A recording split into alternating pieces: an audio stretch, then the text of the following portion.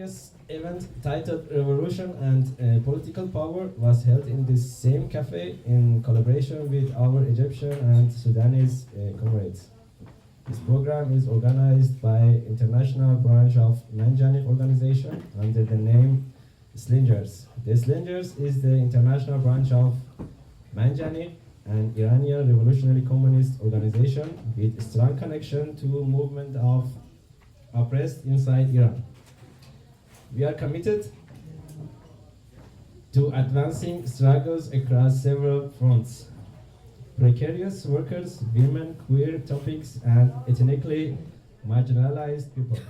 For today's discussion, we have invited our comrade Iran Mansouri, a member of Manjanigh who lives in UK, to speak about the situation of the war and our position on it.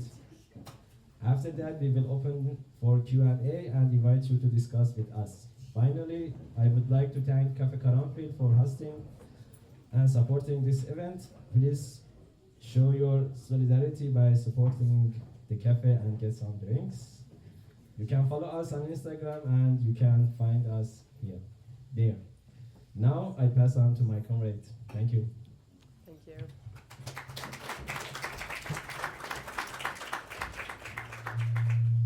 Sorry. Should be like this? I have no idea.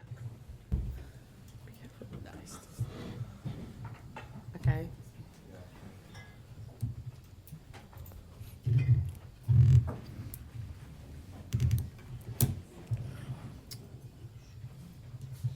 Thank you. Okay.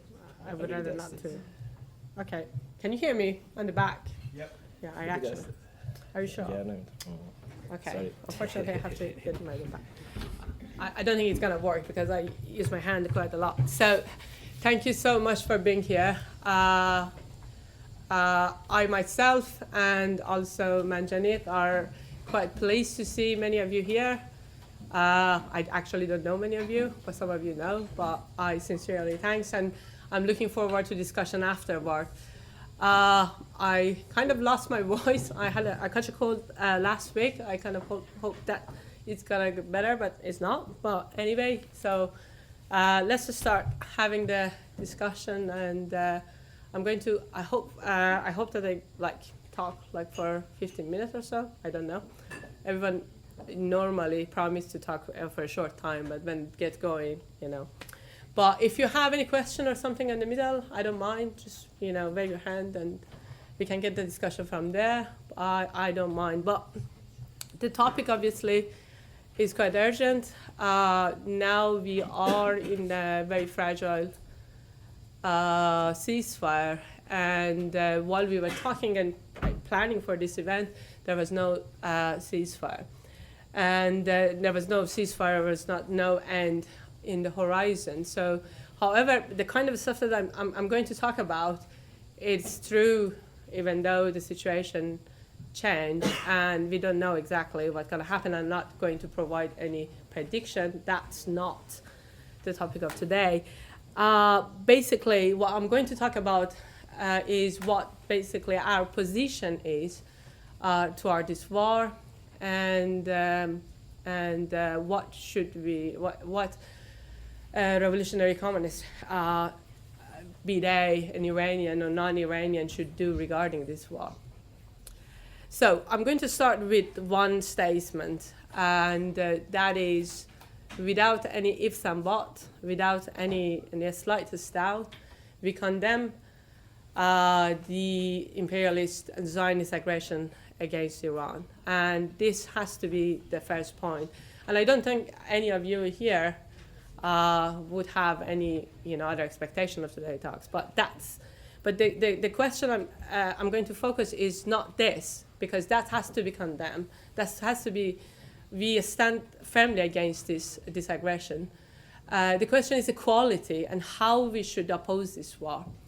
Are both sides of this conflict are equal? Can we stand firmly against imperialist Zionist aggression while being opposed to Iranian regime, the Islamic Republic? Or if we do so, Islamic Republic, after all, is a force that are standing against this aggression. And if we are against this war, and can we afford even being against the Iranian, Islamic Republic? And are these both sides of this conflict are equal? And these are the topic of basically today's discussion. So for first, let's analyze the both sides. In one side, we have US and we have Israel. And I'm not going for this crowd to explain what imperialism is, nor from the theoretical point of view, nor from the material point of view. A country that, in this particular case, US, attacked more than 100 countries around the world, and just is a matter of attack. I'm not even talking about the material gain from this attack and other sort of imperialist projects that they had. And Israel also is self-evident, after more than 2 years of genocide, ongoing genocide, live in TV. So that's self-evident. If anyone needs any justification for why we have to stand very firmly against this side, you're in the wrong place, basically. So let's look at the other side. We have the other side, Islamic Republic. And for a second, let's look at what the nature of this system is, not the kind of actor this system playing in the war. So we are talking about Islamic Republic, the system that continuously and consistently suppressing any progressive movement in Iran. A system that privatization is a part of, actually, one of these main principles, crushing the working class, basically run in kind of a gig economy, precariation of the working class is one of the agenda, and for instance, IMF I think twice actually praised Ahmadinejad. This is back in the days, for the kind of privatization policy they pursued. So and not even talking about the kind of economic policy, neoliberal policy it follows. More than 3 months ago, it killed thousands. We don't know how much. We don't know how many exactly, but quite considerable amount of protesters in the street. And it wasn't the first time. It did kill even the labor activists across its life in 47 years. So we are not talking about quite a nice side, right? We are having imperialism on one side. We are having a systematic oppressor of the working class, systematic oppressor of any progressive side on the other side. And the question here is, so can we actually afford not to take sides? Can we say Iran, Islamic Republic are standing against this aggression? Can we actually say that we are temporarily standing by the Islamic Republic? And our answer is no. And I'm going to explain why I'm saying this. So, but during the war, so we had quite a concrete position, and we are quite happy actually for a ceasefire, and we sincerely hopeful that it lasts. But we had a clear preference on what we actually want. And the preference, there is a quite difference between preference and prescription. So if you prescribe, and Iran win this war, and it seems actually it's the case, and especially if this ceasefire lasts, no matter what Trump says, obviously Iran is the winner. So if you prescribe that, you have to actually, you have a responsibility about this. You have to actually, probably should go to Iran and try to launch a rocket or one or two or something. If you cannot just stand here and have a demo. You have to materially stand by your decision, and after this winning materialize, you have to do whatever to continue your support for Islamic Republic. So this prescription, it comes with a responsibility. You cannot just say, I'm opposed this war, I'm standing, I prescribe, I want, this regime wins the war, and then say, okay, now it's done when it happened. It brings a responsibility, and if you stop supporting the regime, you are kind of a traitor to your own political belief. But we didn't prescribe; we prefer, and there is a reason for that, and I'm going to explain why. So let's say. We say that we prefer the Iran win the war, and as I said, it seems to be the case. One would say, do you think that Iran going to be any easier on the working class after this war? Are we going to be overnight, be progressive, and opening up a lot of line of freedom for people? Absolutely not. It's going to be very, very, very dark. They have to start the project of reconstructing the whole things that has been totally obliterated by the imperialist war. And what does it mean for the working class? So they attract some foreign capital. A lot of people that lost their jobs, they basically are happy with whatever, and the Islamic Republic will continue the suppression. And they're going to be a systematic precarization of the worker, basically the gig economy on a steroid, and they can do that easily under the banner of the reconstruction. So we have absolutely no illusion what it's going to confront Iranian working class after this war. Having said that, we know this regime. We know how to fight this. Of course, you might say, if you know how to fight it, why would it have been? It's not easy. But we have the foundation, even though it's small, but there is no illusion about the nature of this regime. The foundation and the kind of different lines of organization that we have to do in order to confront this regime and organize the working class is clear. The path is very, very uneven. The path is very difficult, but it's clear. There is no illusion. But let's assume Iran didn't win the war, or let's assume this fragile ceasefire wouldn't last, and another client state, a regime which is a supporter of the imperialist is going to get power. It could be, I don't know, pro-Pahlavi, pro-royalist, Republican, whatever. So a client state. And in that case, what happened? So people that, the material life of people wouldn't change, but people have the illusion of things going to get better. You can tell people, they are really privatizing everything. They are really exploiting you.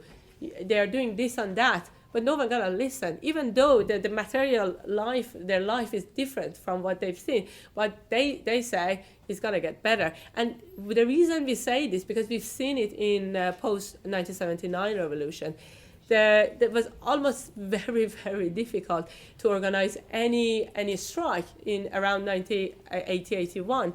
And why is that? Because people was, during the revolution and before the revolution, people still was suffering from the revolutionary period. But there was this illusion of things gonna get better, and obviously the war happened, Iran-Iraq war happened, and things didn't get better.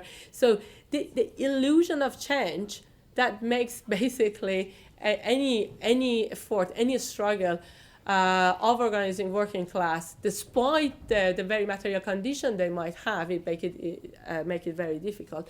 So from that point of view, we prefer Islamic Republic to stay from this war, because the client state would do anything to attract capital and crushing the working class.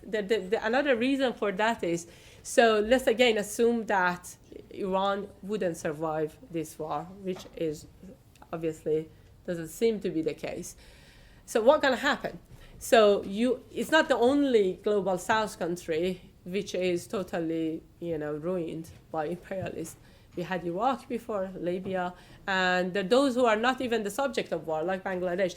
There are a lot of cheap labor. There is a lot of massive unemployment. So you have to basically win the competition, and in this competition is attracting the foreign capital by providing a disorganized working class and very cheap labor, and says, okay, instead of you go to Iraq or whatever, go and kind of invest in us. And the same, I think, happened in Iraq. So you're going to have this reconstruction project, you're going to invest on us and make the kind of infrastructure that in the future of Iran, you're going to have a continuous presence, because they make it so, not because they are not interested in having an independent, they are a client state by definition.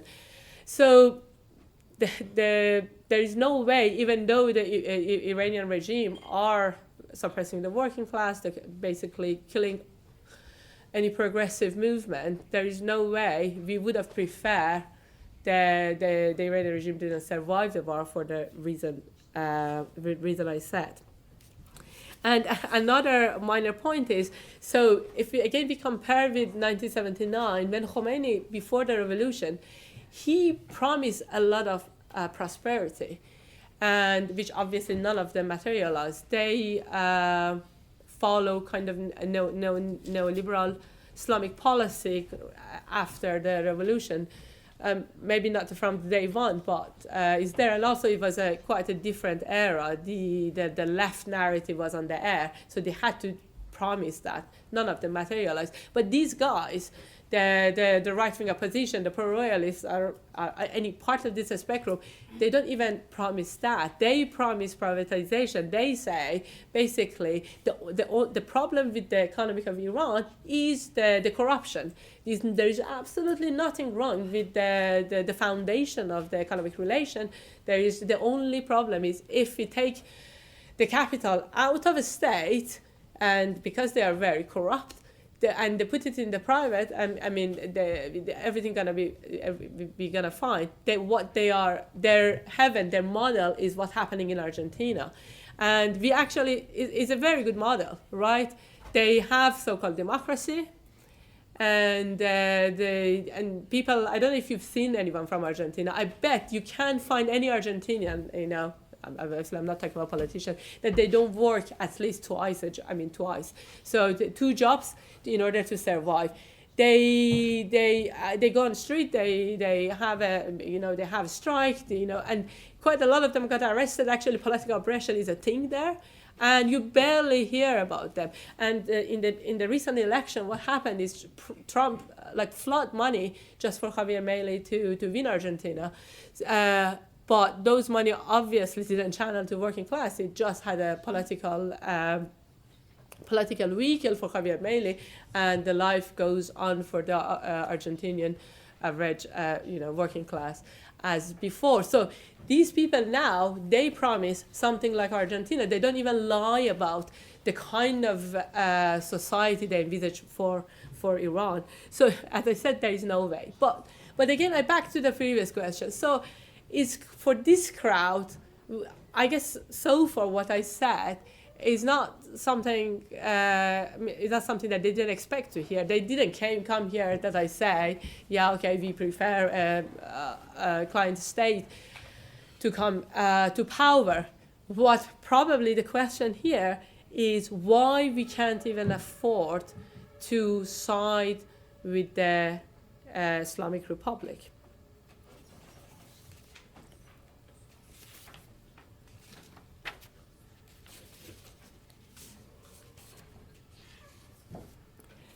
So the point is, if we say, let's assume we say that the Islamic Republic is a defensive shield against imperialist aggression, and we treat it as a representative of Iranian working class or Iranian people, the same people that spent decades for suppressing, then what happened after the war ends? You cannot turn around and say, oops, now we temporarily said this is a defensive shield against imperialism, and now the war ends, no, I'm starting to fight against you. No, if you really believe it's a defensive shield against imperialism, after the war ends, and there wasn't a strike of the a worker in a factory against some privatization and or other sort of project of reconstruction they may pursue, you have to be against that. And especially if they become politicized, if they go further than the income change they want. So you have to do anything that the states become more powerful, because you believe that this regime is a shield against imperialism. So what you become a reformist. Not even the kind of old-fashioned type of reformist to say that, okay, I'm a reformist, but someday revolution will come. No, you actually think the being against imperialism is the most important contradiction, and the class isn't. You put the class question of class in bracket. So the first is the contradiction with the imperialism. Is the war against imperialism is the main primary thing, and the rest is follows. And for that, if you are actually saying that you believe in that, A, you become a reformist, B, you have to be on the side of Islamic Republic to suppress the working class, because if the working class wants to have their right, they don't want the devalue their labor, and they go any fight that question the power of the Islamic Republic, you basically weaken your position against imperialism. And clearly, we actually don't want to do that, because a revolutionary communist shouldn't side with a capitalist state whose only job is to serve the capital. And by the way, Islamic Republic wasn't really defending the working class or defending his own people. It did defend his own ruling, its own governance. And while it was in war, apart from I don't know, I actually lost the counter of the people they killed, the political prisoner they arrested even before war. And other than that, they arrested even one of the labor union figure, and they charged him with collusion with the foreign, with the hostile state. So they take any advantage. They take the advantage of the situation. So to still suppress their real enemy, and they are not even shy about it. That's the perfect position for them. So from this point of view, we can't actually stand with Iranian regime. And what now then, if we are, what we should be doing? And I would be ending my, I didn't actually cough, ending my talk with that.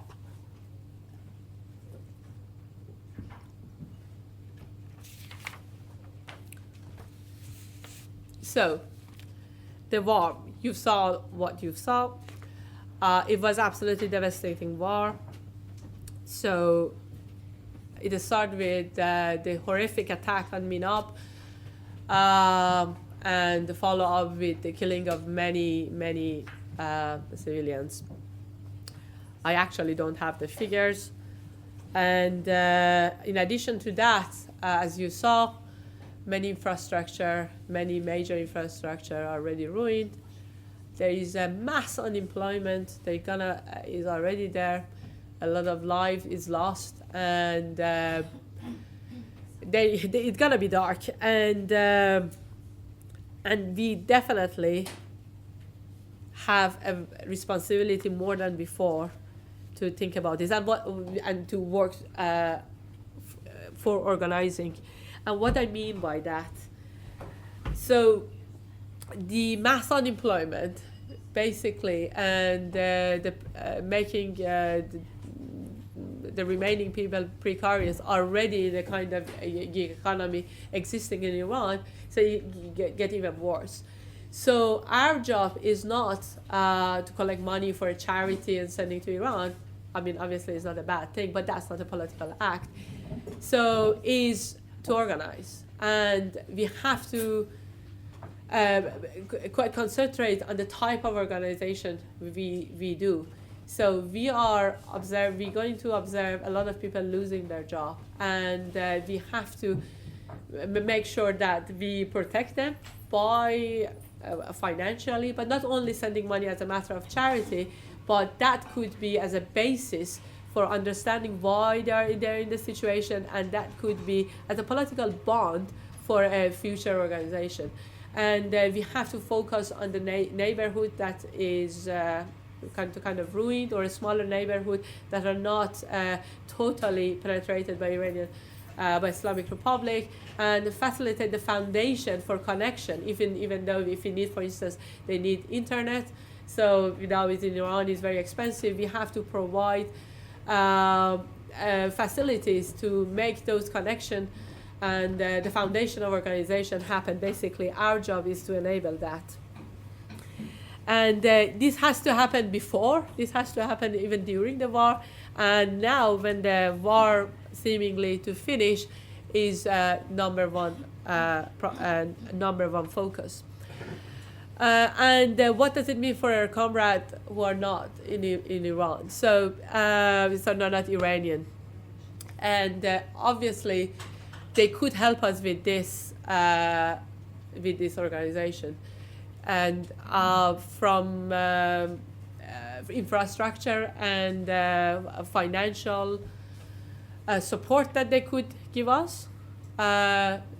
Also the material solidarity. And what I mean by this material solidarity, and make the solidarity with a clear political orientation. So a lot of us, I guess, we go to demos or anti-war demos, or some of us even are taking part in a kind of direct action type of activity, attacking an Israeli base a factory, things like that. Here, I guess, is quite politically expensive. The country I live, Palestine Action, is in a terrorism group because they are very effective.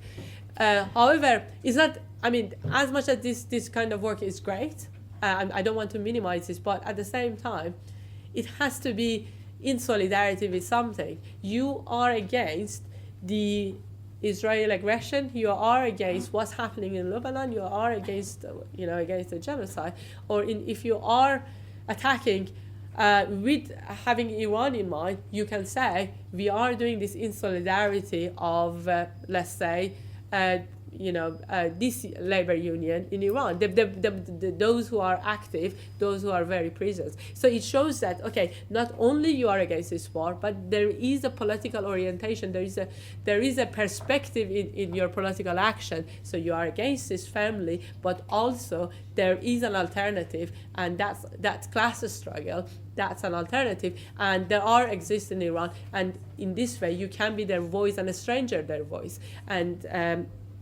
this is the political response we want to see from our comrades across the world. I actually talk a lot, and I'm going to close. So, as I said, we oppose this war.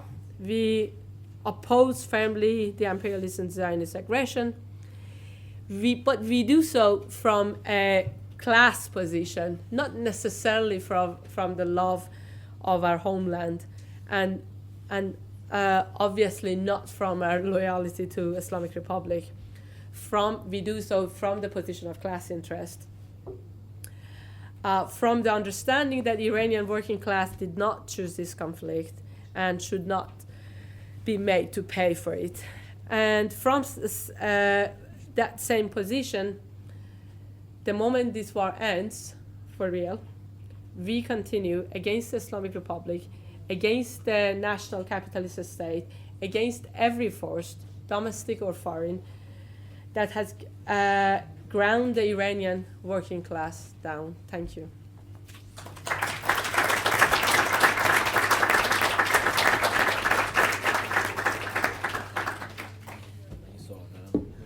So I would be very happy to be challenged.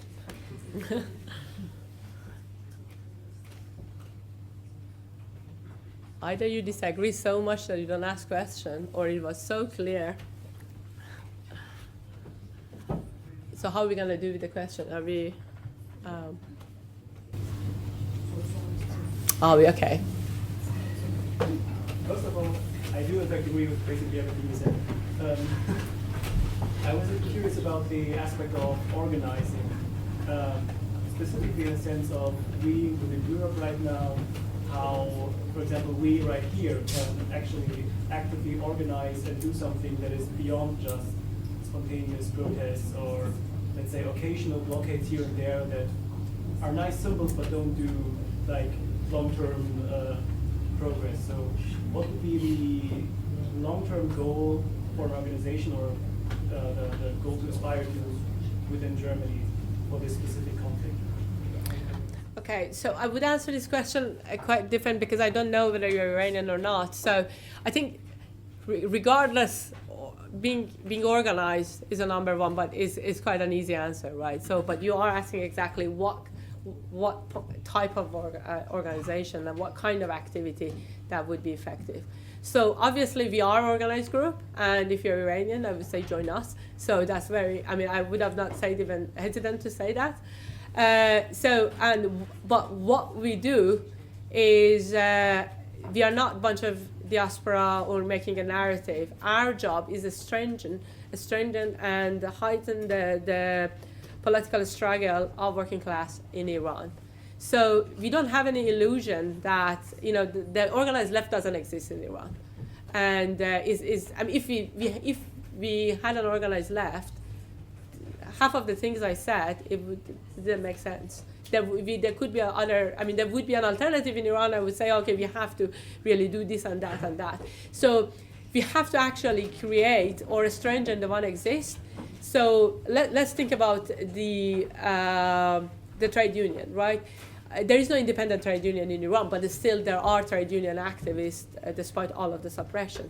Our job is obviously to support them and make sure that their demand doesn't stay from they have a clear political and class orientation. It doesn't stay from the simple, demanding this and that policy to change, which is good, good is a start, but it has to, strengthen and see, for instance, why they're in the situation, and that's make a foundation for solidarity with the other type of class. So, and our job here is to make sure they have the support there, financially, politically, if they really need, for instance, a kind of experience from the teacher union from Mexico, let's say, that we have the theoretical and experience sharing from here. But so our job is to focus there and see how we can make their, the fight stronger. Also, there are some aspects that remains unfilled. For instance, precarious worker. I mean, if remove Iran and there was another nation like Germany in the UK, the question of how to organize precarious worker is the number one question for organized left. It is a very difficult question, but it happened. Iran actually is one of the very few countries. They call it a snap, but here is Uber or whatever. So it's the same sort of career. They had a strike. And they had a quite successful strike. Obviously, they didn't last. I mean, they didn't turn to a revolution. But I mean, what we can be very proud of one of the very few countries in the world that the taxi career, precarious worker actually has a strike. So the foundation is there, and we have to learn what happened, what went wrong there, and how we gonna basically expand that, and we gonna have that same time of job number, I don't know, thousands. So now is the best time to basically remove any contract and make it kind of precarious. And our job is think about how we make that organization happen and provide support, be their voice, and not their voice in the sense of taking a banner. Again, I'm not minimizing the kind of going to protest or something, but materially what they need, and we become a facilitator and enabler of that. And for the non-Iranian, support anything that I said to the Iranian organization that exists that have rooted in Iran. I think ask us, and we're going to tell you what we need. And that would, and obviously this goes both ways. Solidarity and being internationalist is not one way go. We can learn from each other. You know, you can learn from us. As I said, we are one of the few countries have that one. The same of a striker, of a snap worker. And the other way around, we can learn from you. And solidarity, it goes both ways. I hope I answered your question this lengthy way. I would say yes. Cheers. Yani sosyalistlerin şöyle klasik bir perspektif var savaşla ilgili. Socialists have a classical perspective regarding the war. Emperyalist savaşı iç savaşa çevirelim. Sosyalistlerin Evet. let's turn Emperyalist savaşı iç savaşa çevirelim. let's turn the imperialist war into a civil war. Yani bu konuyla ilgili sizin Manjanigh'ın İran'daki diğer sosyalist gruplarla bir hazırlığı var mı? Birinci soru. Do you or in communication with other groups within Iran have any sort of preparation towards this scenario? Ve Kürt hareketiyle ilgili ne düşünüyorsunuz? Çünkü Kürt hareketinde çok farklı perspektifler var. Pecah farklı perspektifte, Koman farklı perspektifte. O Kürt hareketi de çünkü şu anda İran'daki And what do you think about the Kurdish movements? Within Kurdish movements in Iran, there are also different perspectives, such as Pajak, Komala, which have different opinions. çünkü en örgütlü hareket şu anda perspektiflerden bağımsız olarak Kürtler yani İran'da. Because aside from the perspectives, it seems that materially most organized organization are among the Kurdish movements. Yani Kürt hareketiyle bir bağınız var mı? Bir ortak planınız, programınız var mı? So do you plan to work together, or do you vision any sort of collaboration from the Kurdish movements? Okay, that's quite a difficult question for me. I'm not very expert on different Kurdish organizations. But back to your first point, when you said, let's make the imperialist war to the internal war or to class war, I think what you meant by civil war. So that's the correct stance, but the assumption behind this is there is an organized left in Iran, which I don't think that assumption is correct.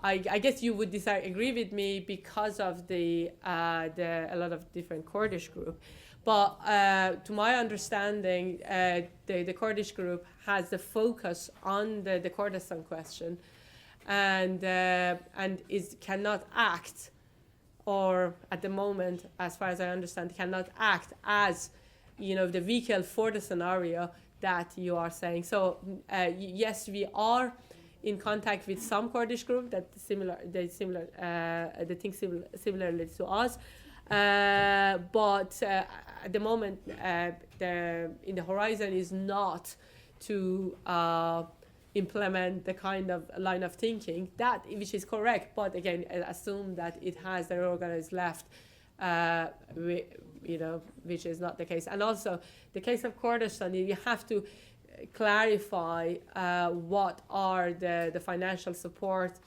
and basically what the kind of financial support they get and what kind of relationship they exist with the different states. And that's the precondition to any sort of talk. But I'm not a very expert in different Kurdish organization groups. I apologize that I have some comrades, but I'm not sure if they speak English. So, but we can take it offline and we discuss a bit in details further.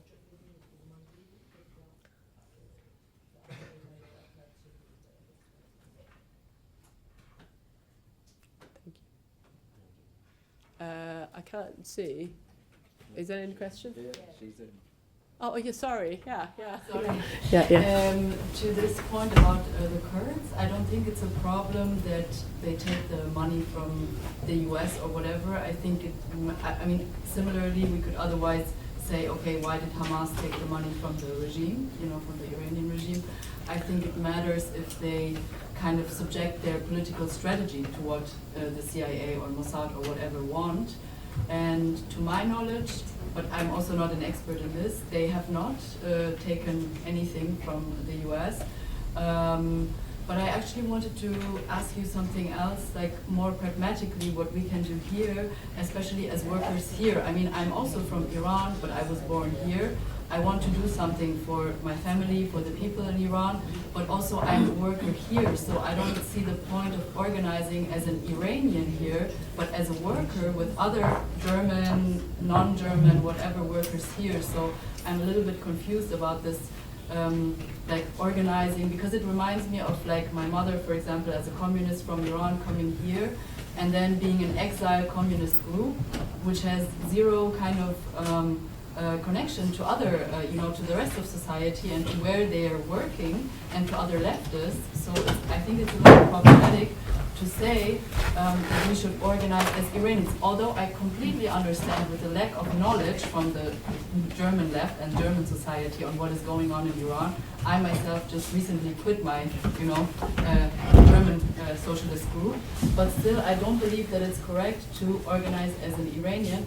And also I wanted to say, like, more pragmatically, what we Iranian leftists can do here, for example, when we see the left party, Die Linke, in Germany, or I don't know, in a Labour Party in the UK, having like social chauvinist positions on this war. For example, first when the war happened, they said, "Oh, we show our solidarity with the Iranian people against the regime," instead of denouncing their own government and saying this is an imperialist war and we are against our own government. So I think we Iranians here have a responsibility, and I think this is the biggest help that we can do for Iranians, to say close the airbase Ramstein, for example, in Germany, like, or do other things, and also, kind of in solidarity with the Palestinian movement.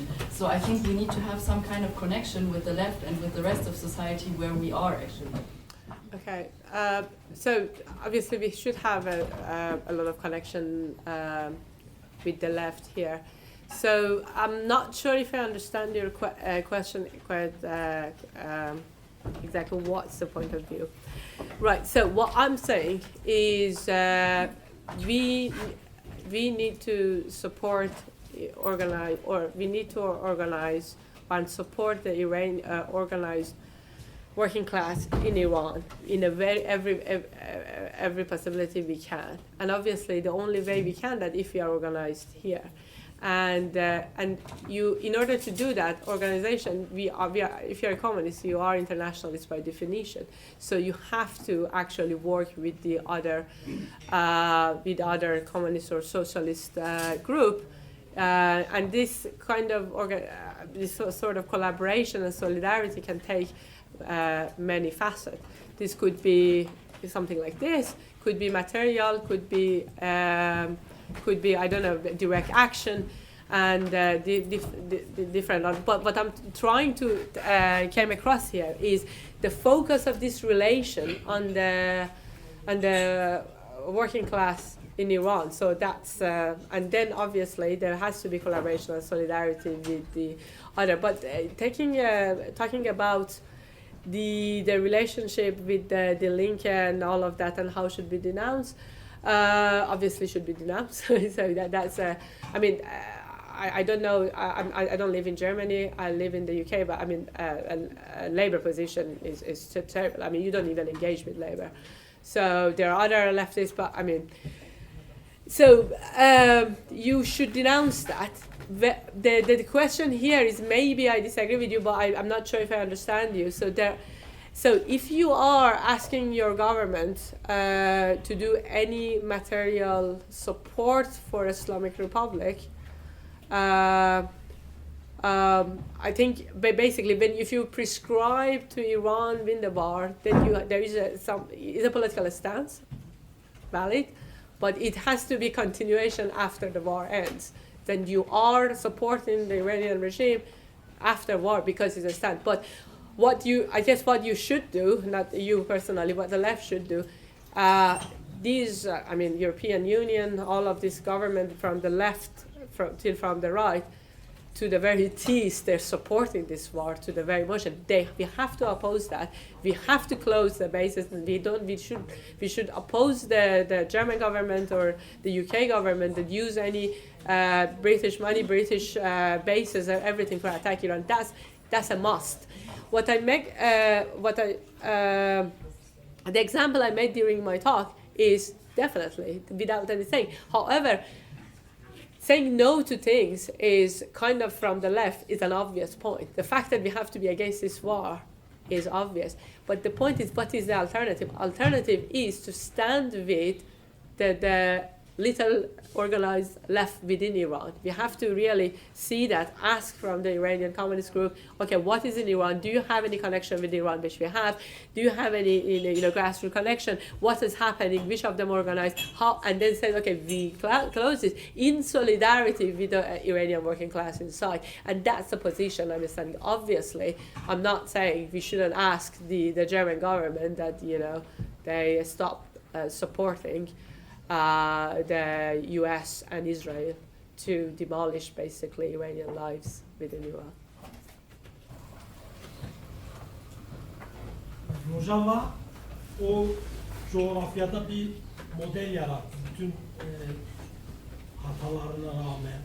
Thinking about the model that Rojava created in the region, despite all the mistakes that are done. Mesela kadın devrimi ve taban demokrasi üzerine bir model yarattı orada. For example, democracy from the bottom and the women revolution. Sizin bu konuyla ilgili bir şeyiniz var mı? Yani ilginiz var mı? Onlarla birlikte mücadele ettiğiniz ve belki düşünüyorsunuz. Yenildi. Yani %80 oranında geri devletildi. Birçok nedene dayalı. Ama bir devrim yaptı, yani bir halkçı bir devrim yaptı Rojava'da. O yüzden mesela bir kere devrimciler orada gitti, savaştı, öldüler. Eleştiriyoruz ama Rojava devrimini o Orta Doğu'da en ilerici modeldi. Yani bu modelle ilgili bir şeyiniz var mı? Çalışmanız, ilişkiniz var mı? Hem de ben şimdi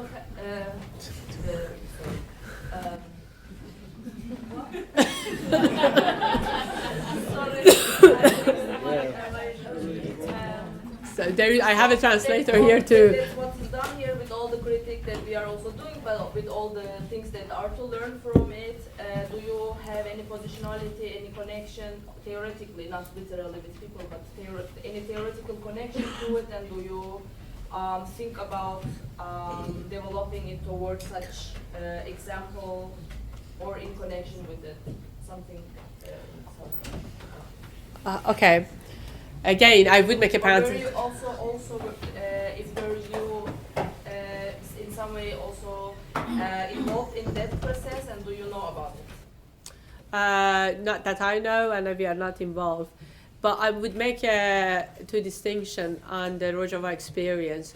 The experience of how they get the power and how they lost. We know what's happening in Rojava and what's happening inside from the form of governance.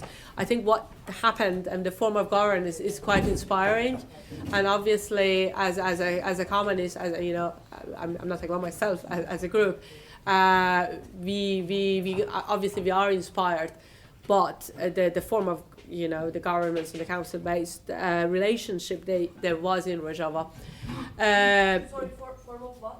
So basically the form of relationship, the form of alternative non-capitalist relationship that is built. So from the content-wise, we are very inspired. The point is from geopolitically, obviously this is a different geopolitics than in Iran.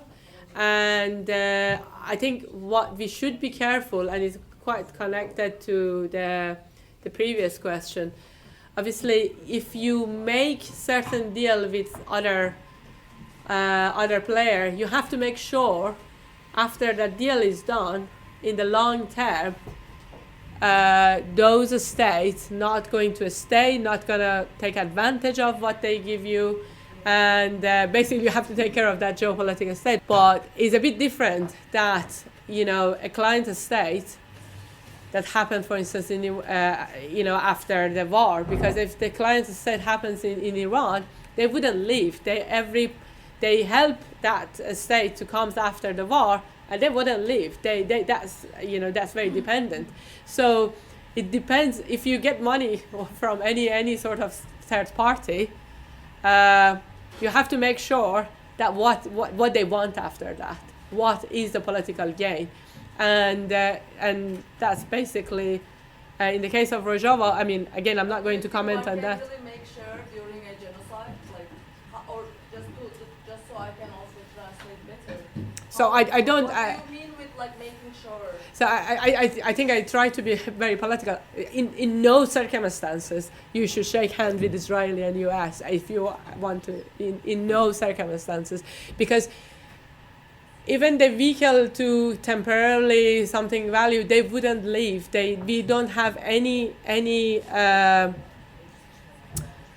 example that has been successful, because they provide this to get something out of it. In Israel is the Greater Israel Project, and for US, okay, you guys all know what they want, right? So it's a hegemonic power and extraction and continuous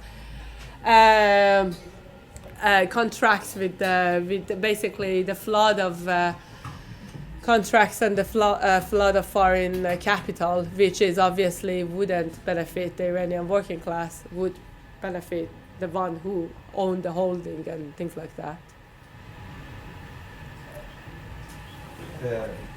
Also concerning like the question what to do in Germany, and for me it's not really clear what your position is, and maybe there's a difference to the UK government, but for me German government is complicit and is clearly on one side. So we as the German working class, like workers organized in Germany, we can be neutral in a situation of imperialist aggression, which is like supported by our government, and at the same time we are also like as the German working class a victim of this militarization, and also it goes together with like racism, this Islamophobia, which like even began in at least 2001 after 9/11 with the war in Afghanistan, the war in Iraq, and like everything that happened since. I think this is very important to have a clear stance and to say we defend Iran, and at this point who is defending Iran is the regime. So we cannot choose like the one who's fighting at the moment. So we kind of have to support this existing regime militarily, but not politically. And so I don't understand why I have to commit to this regime after it won against imperialism, because for me it's clear, like imperialism is the enemy, and then it's also, it will become easier for the working class, in my mind, Iranian working class to organize when they are not under pressure of imperialism. So this is one thing, and also about the Kurdish question, and I think this is also a question of imperialism, because the strategy of US and the West is to divide and conquer, and this is why we have the situation, like we have the Kurdish movement always trying to find someone who supports them from the imperialist nations, because they can organize themselves, because it's a post-colonial shithole actually, and this is what we've already seen in Syria happening. So like they made a deal, and now we see it didn't work. So on your first point, I have to be very clear. I also answered, I confirmed my position to the answer to the previous question. Absolutely, we should do anything we can to stop the war. I mean, now, it seems to stop, but in case it continue. So we have to. And for a very reason that you said, what I disagree probably from what you stand, we want this war to stop because we want to stop the imperialist Zionist aggression, but not in terms of defending the regime. Because if you defend the regime, you can't just, when war stops, you said, okay, I'm going to defend the very regime that is gonna suppress the working class the day after. So you have to, we believe that there is no ifs and buts, the fact that you have to do what you can in terms of direct action, in terms of pressing the whatever remaining of the so-called democracy exists in the West to stop the war, and to make the politicians, which for instance in the UK, in Germany, are absolutely complicit. They were complicit to the genocide and to this aggression. No doubts on that point. The difference from what position you want to make it stop the war, because there is a day after this war ends, and that day is very dark, and we are very responsible for the struggle of Iranian working class, and that I hope that I make myself very clear. Okay. We have time, right? Yeah. Okay. Yeah, thank you. I really like that you started with a complicated question, how one can be opposed to the war and on the same side be against the Islamic Republic. But I'm not sure if I really got your answer to it right. So to make it practical, for example, on German streets there are also anti-war protests, and I have the feeling that sometimes people who are really in favor of the Islamic Republic join those protests, maybe with visible signs or so. So do you have a practical position to scenarios like this? Right. Yes, they do, and in fact, this is my personal thing. So in the UK, for me, it's impossible to go to the anti-war because there is full of Iranian flag, which. Okay, I can make peace with that, but also there is full of the former supreme leader of Iran, and which is responsible for a lot of killing, and a lot of killing, not only direct killing, also the kind of policy that takes people alive. So I would have difficulties to go there. But in the city I live, it's not that big, so it's very difficult. For the practical one, I made an example during the talk, and I will elaborate on that. So, of course, I don't live in Germany. I can't give exactly the prescription, what kind of things.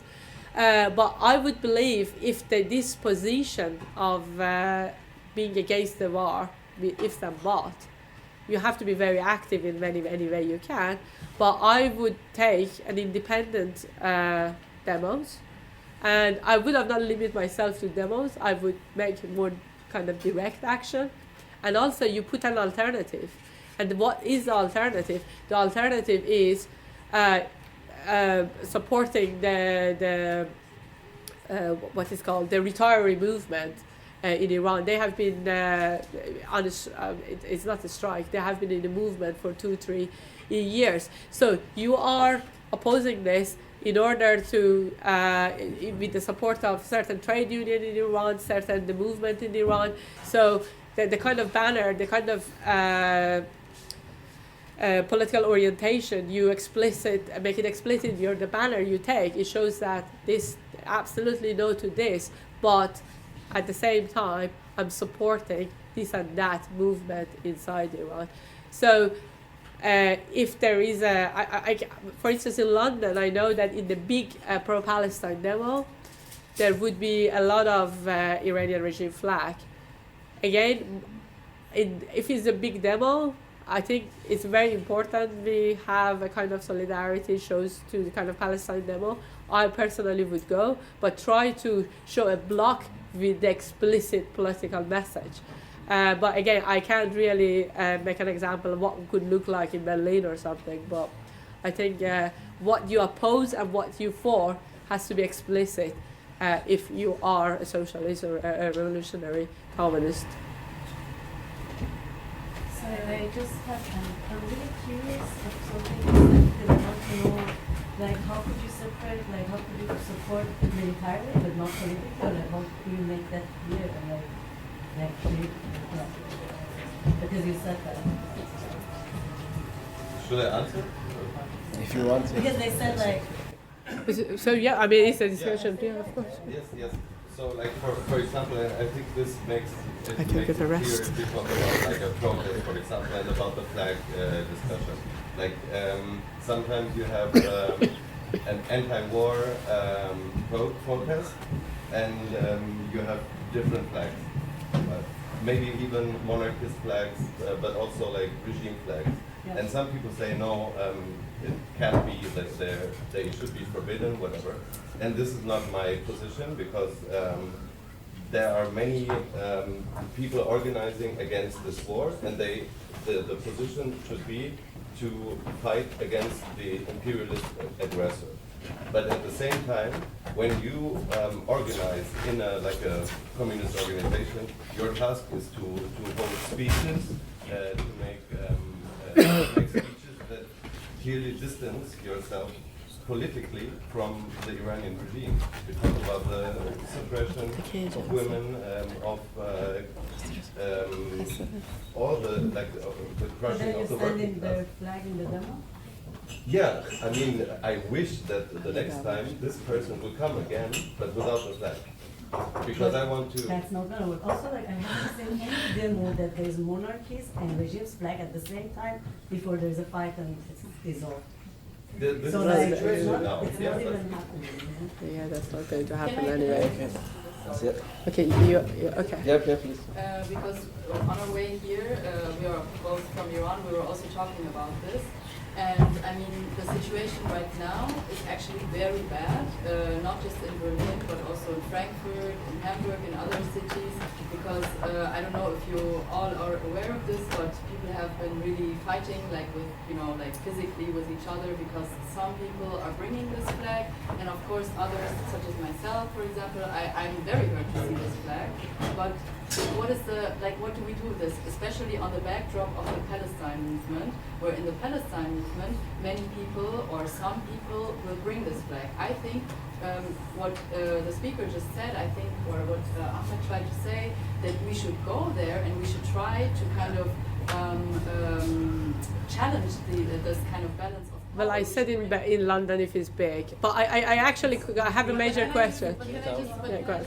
say, like, Yeah. even if it's small, like I was here, even if it's small, I would bring my flag where it just says Iran or Manjanigh Azadi or whatever, and I would try to convince other people that this is not the flag. But just one example. For example, if today, I mean, this is very unrealistic because Egypt is in the camp of the imperialists, but if Egypt was attacked today by the US, for example, I mean, people would probably bring the Egyptian flag, and Egypt is a dictatorship, but they would still bring this flag. I mean, I think we should I think understand cannot that- make an example of something that doesn't have the same complexity that we are talking about. No, but I mean, but Iran is a dictatorship, right? We agree. And Egypt is also a dictatorship, for example, or another country. And if people, like I myself, would not bring the regime flag, obviously I would not bring it. But I would still go with my Palestinian friends who might have some illusions about the regime and try to talk there and say the position that the speaker, for example, just said. Like, I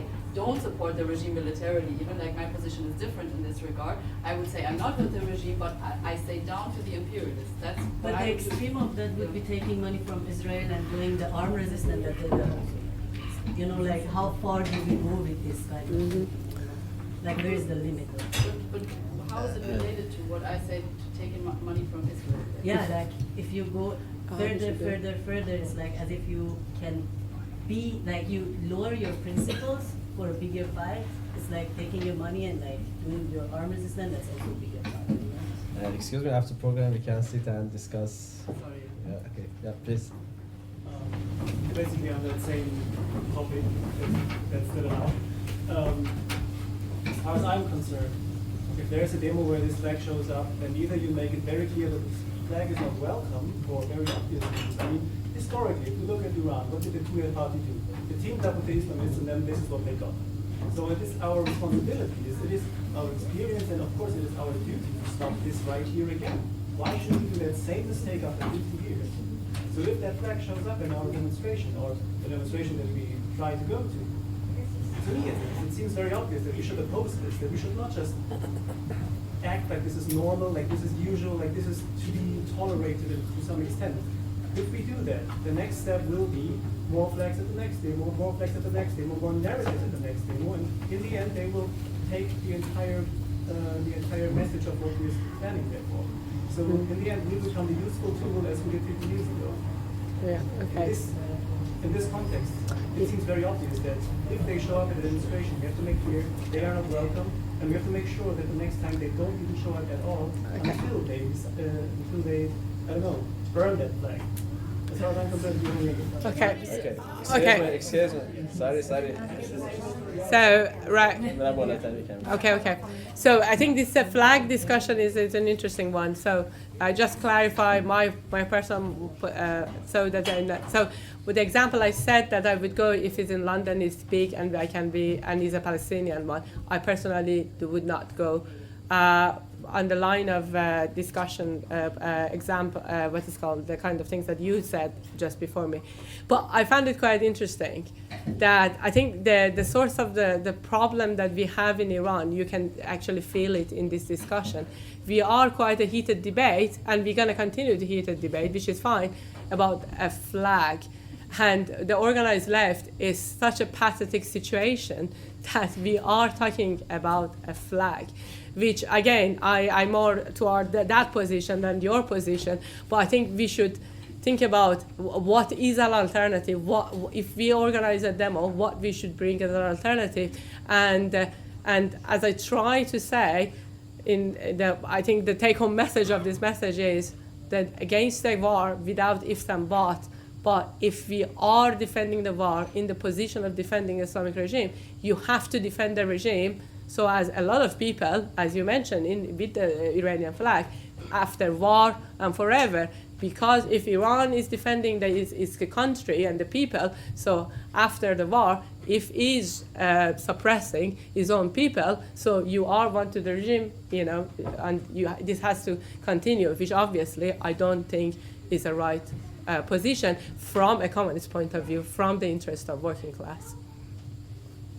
Yeah. I wanted to say 3 points really fast. In my experience, the whole topic of flags is something that I think. It's a discourse from German leftists that they sometimes push towards our topics of protest and stuff, because there is a sensitivity here about the icons, the slogans and stuff, which is kind of a bit different in other cultures. For me, I'm against Islamic Republic, but I also do not get offended by the flag, because this flag also represents the sport, represents other people.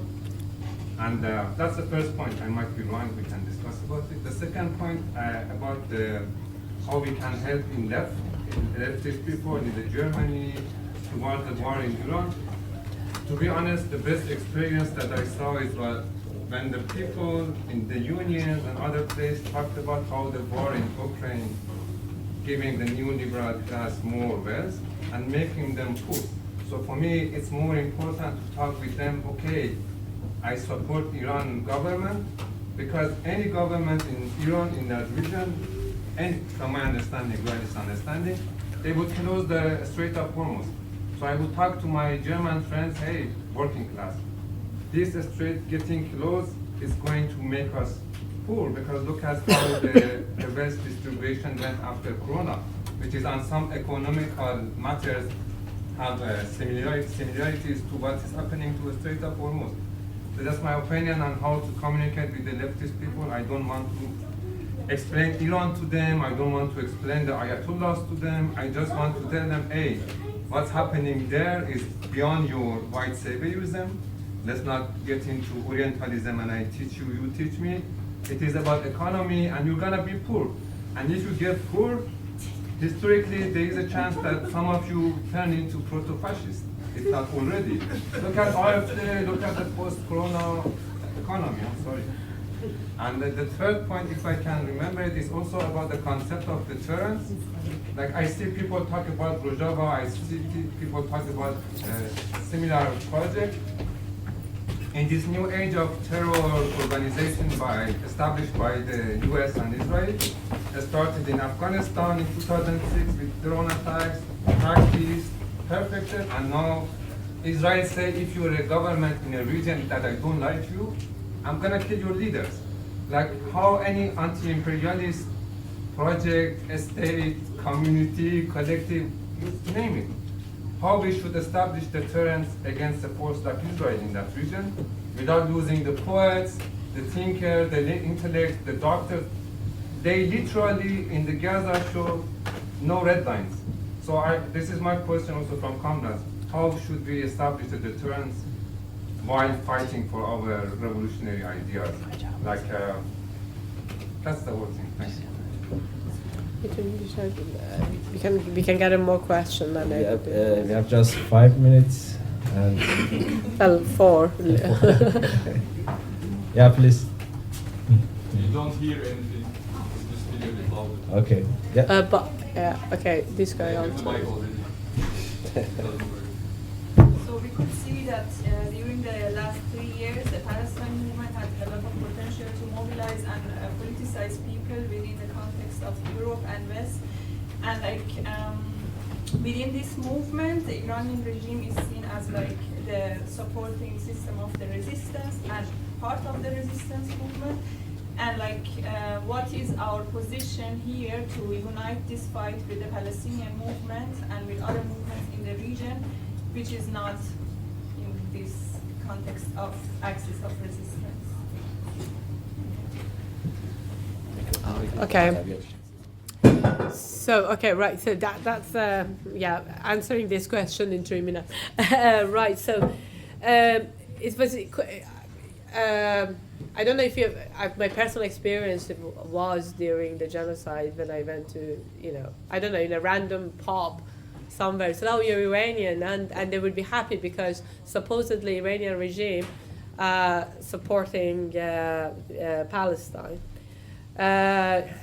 So just to take this war aside, what in the 12 days war, when the items for the ceasefire, Palestine was nowhere in the items. How a regime is a supporter of the Palestine when there was a war, in 12 days war, they did nothing to say that, okay, so if you do stop some, attacking the Palestine, we don't do that. So I think we have to break the illusion of the Iranians are supporting Palestine. Yes, there are some, actually historically, Hamas have quite a complex relationship with the Iranian regime.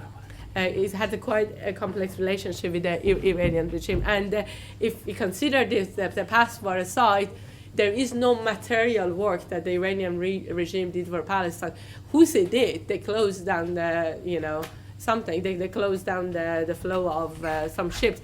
But Iran didn't. Iran even couldn't support couldn't guarantee Ismail Haniyeh when he was in Tehran. So I think from the start of this discussion, we have to say what actually Iran did materially for Palestine, apart from it being a paper tiger. Yes, they said that. They have a narrative, but material is another thing. But I think Palestine, it could be, and it still can, with the unifying factor among the progressive front within the Middle East. And because the idea of the common enemy, that actually works.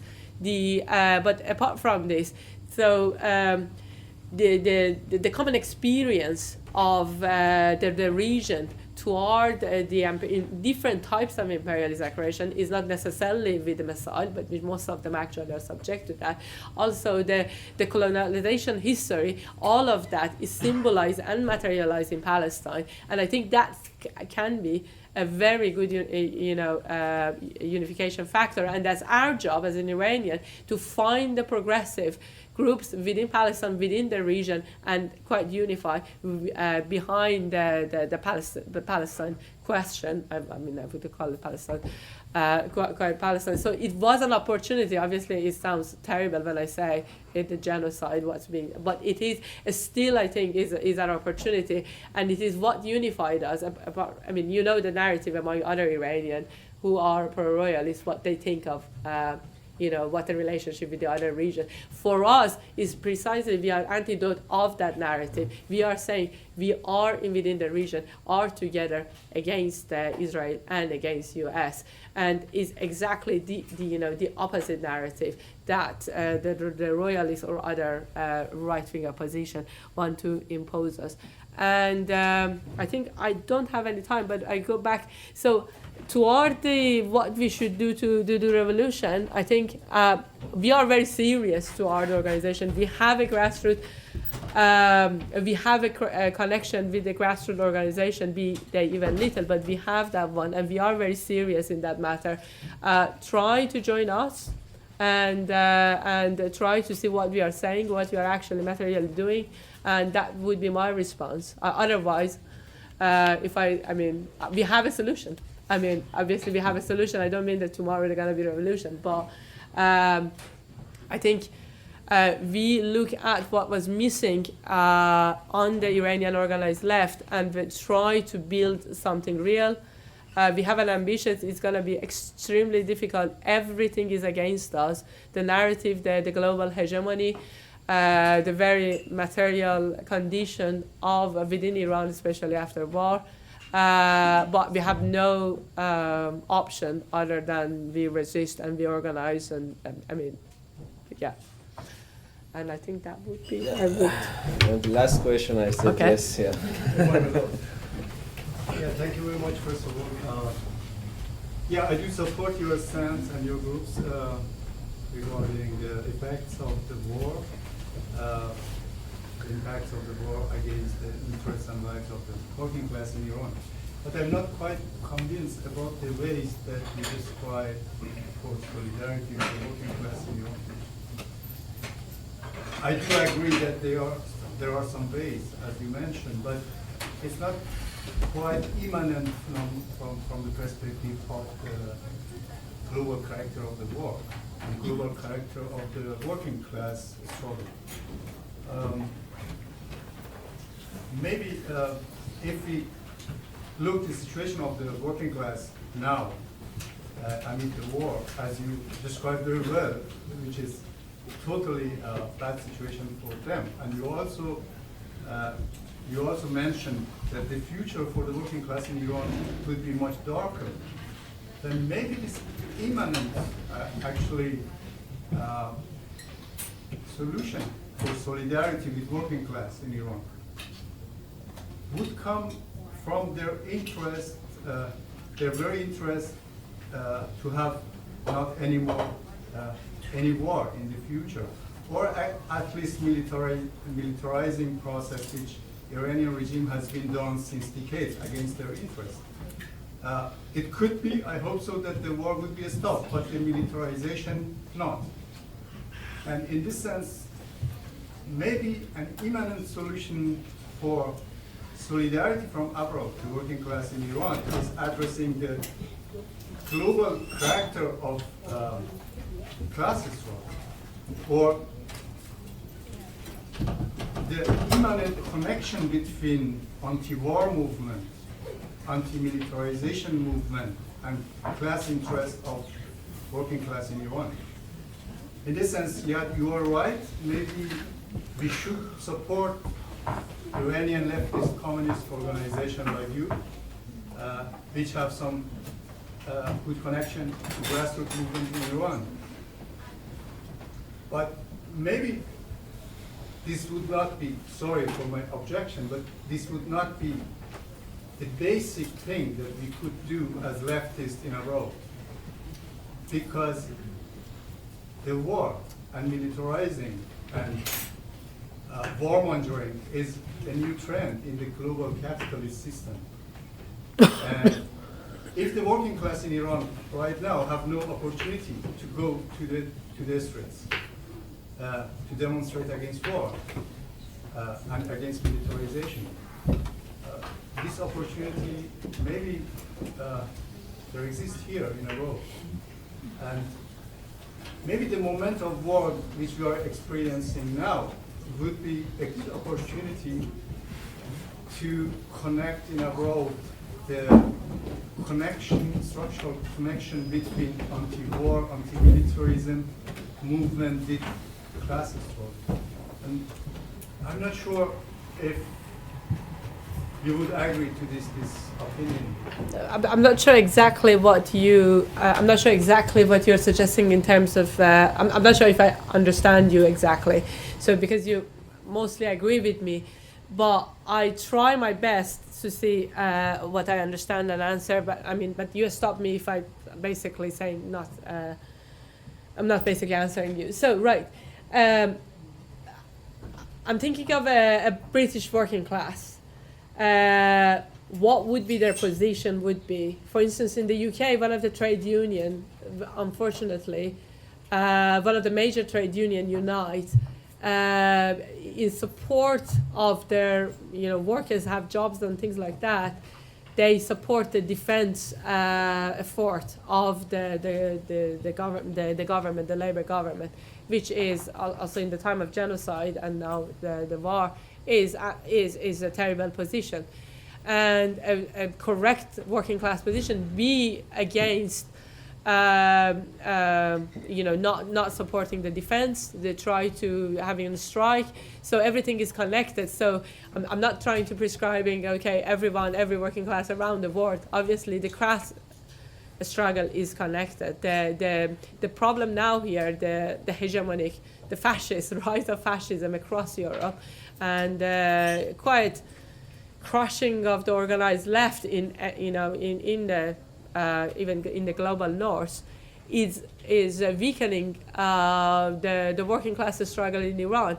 And anything that we can do, we can change that current is a plus. So I'm not minimizing that, but I'm very laser focused of how an Iranian organized left in diaspora should do in the current moment. I'm not sure if I answer your question or if I understand exactly what your point of view is. Yeah, thank you anyways. We'll discuss it later. We can discuss later. Yeah, sure. Yeah, thank you everybody. Thank you, especially thanks to the tour guide. Thank you, Iran. And yeah, thanks. Bye.